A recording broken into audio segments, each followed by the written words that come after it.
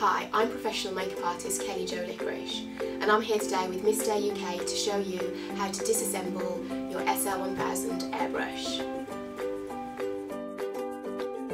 Place your airbrush on a piece of tissue, and taking the airbrush in both hands, gently unscrew the back of the airbrush. Place down in the order that you would like to reassemble. Then this part here is called the locking nut. Loosen, but don't totally remove. Pull out the needle and place down next to the back of the airbrush. Unscrew the gold spring case and then place down next to the other items.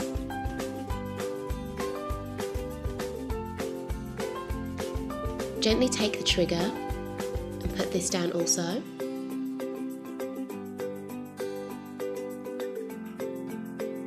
Unscrew the colour cup.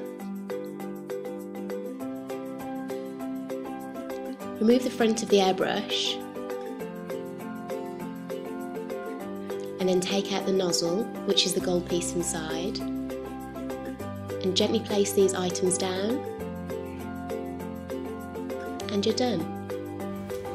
Thank you for watching. Follow us on social media, give us a thumbs up and subscribe to our channel Mistair UK for more videos.